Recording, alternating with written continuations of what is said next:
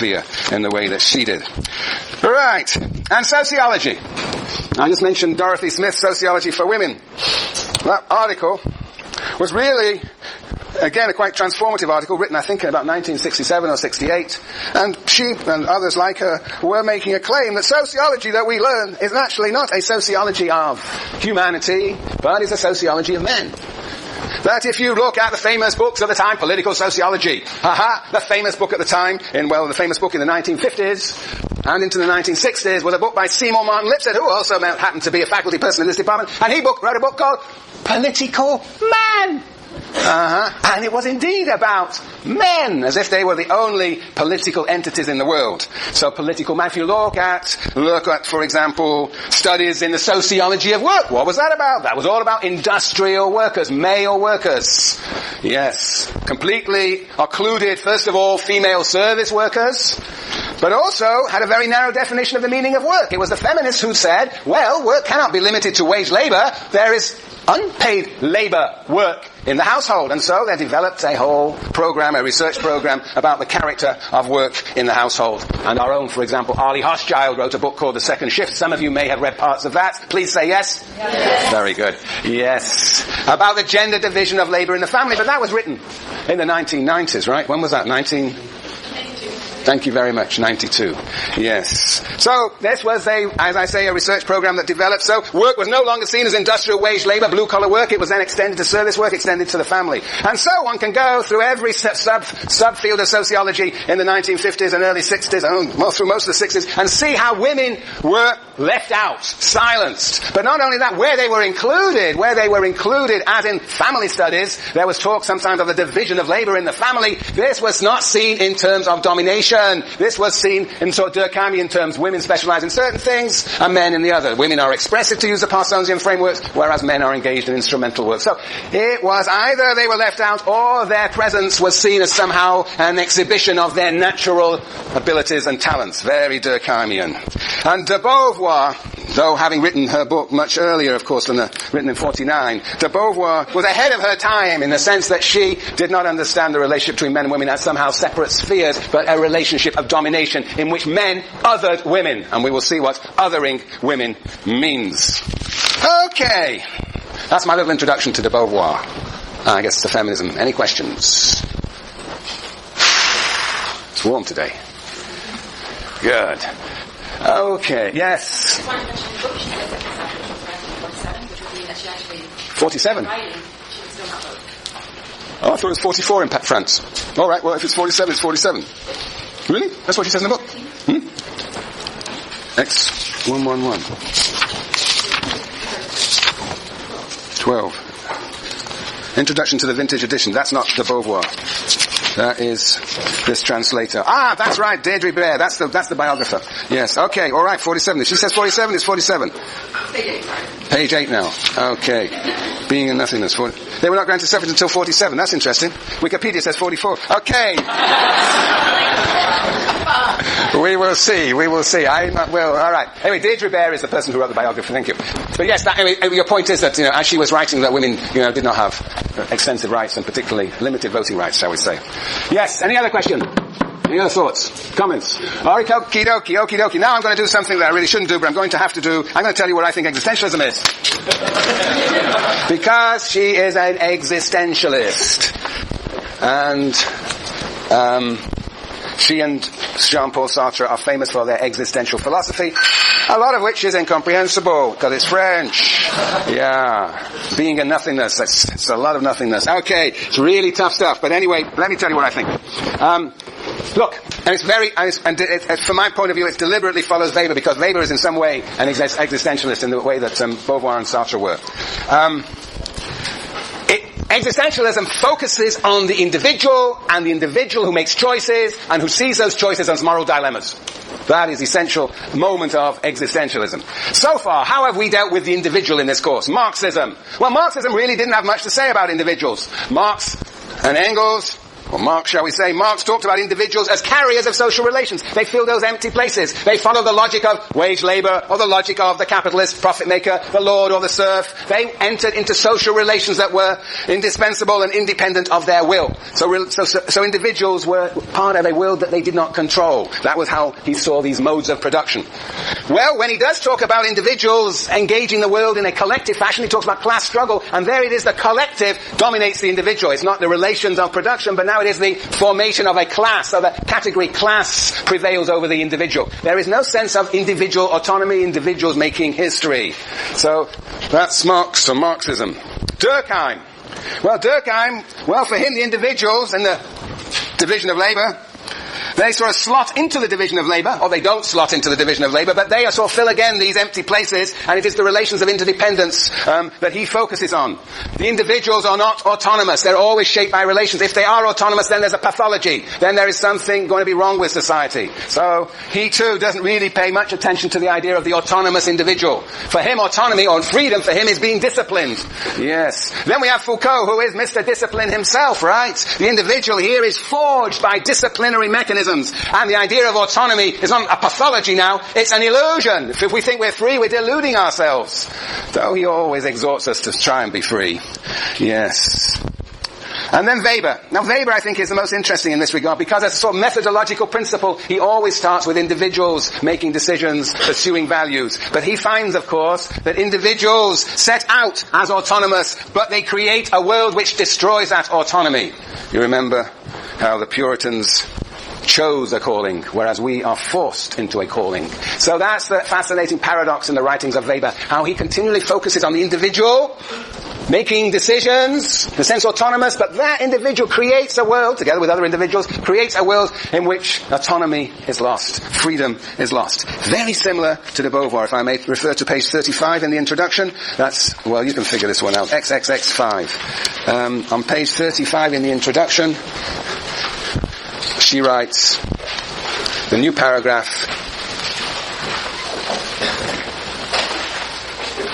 Sienna, I saw you, where are you? There. Okay, can you read me the first sentence of the first new paragraph on page 35? Yes, loud and clear, thank you. Now, what can you symbolize the situation of woman? Is that she a free autonomous being like all human creatures? A free and autonomous being like all human creatures, Nevertheless, finds herself living in a world where men compel her to assume the status of the other. Right, that's enough, thank you. So, she is in a sense, potentially, as an human individual, free and autonomous, but finds herself in a situation of subjugation to men.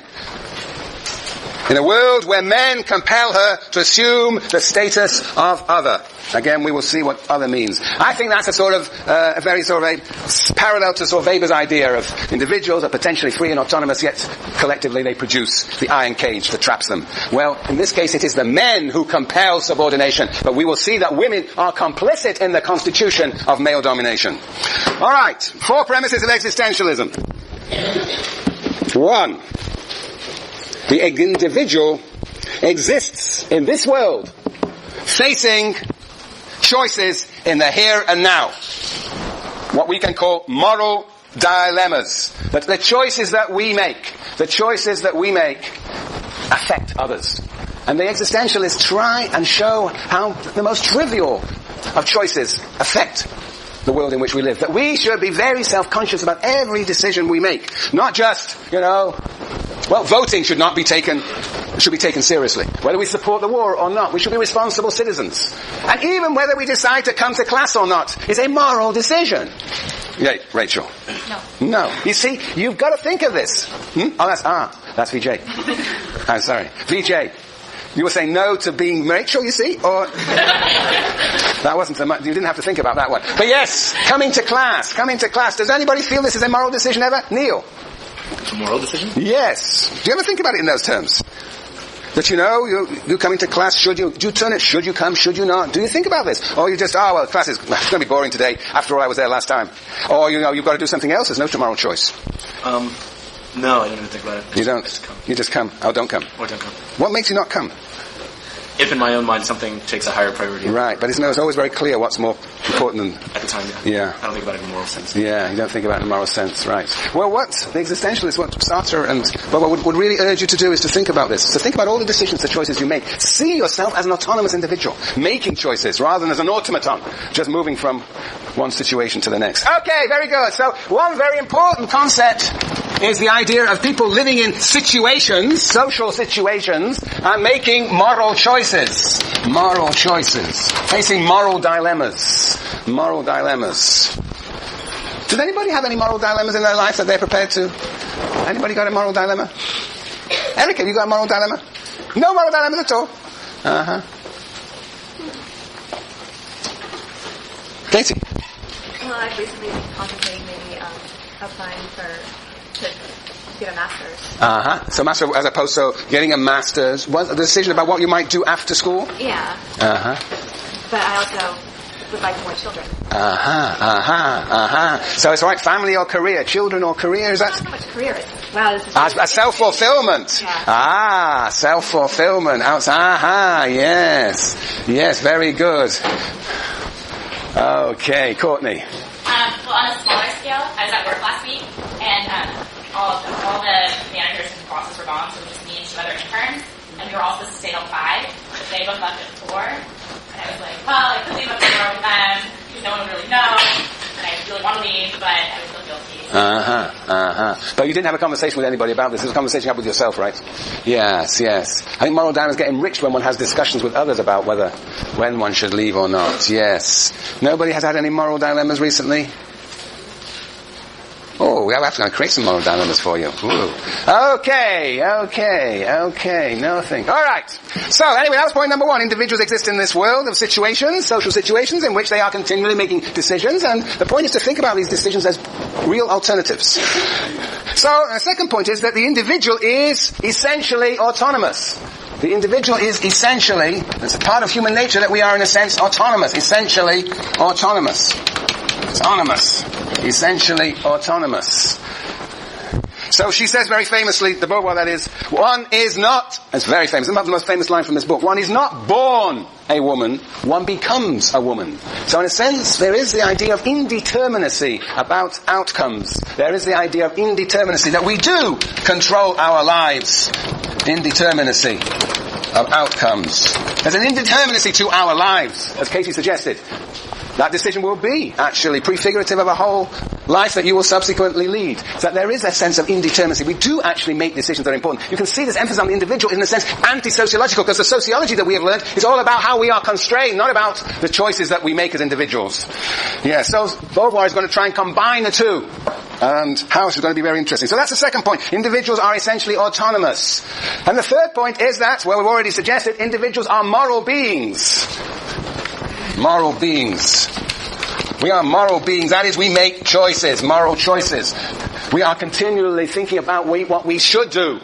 That what makes us different from non-beings. That is, we are continually assessing the world and making choices that have consequences, choices that are informed by values. Yes, and also we are creative beings.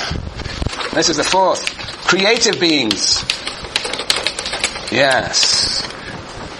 We are creative beings with life projects leading to self-realization. With life projects.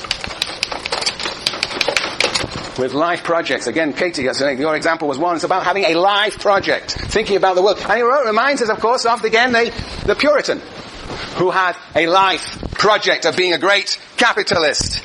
Yes. All right. Right.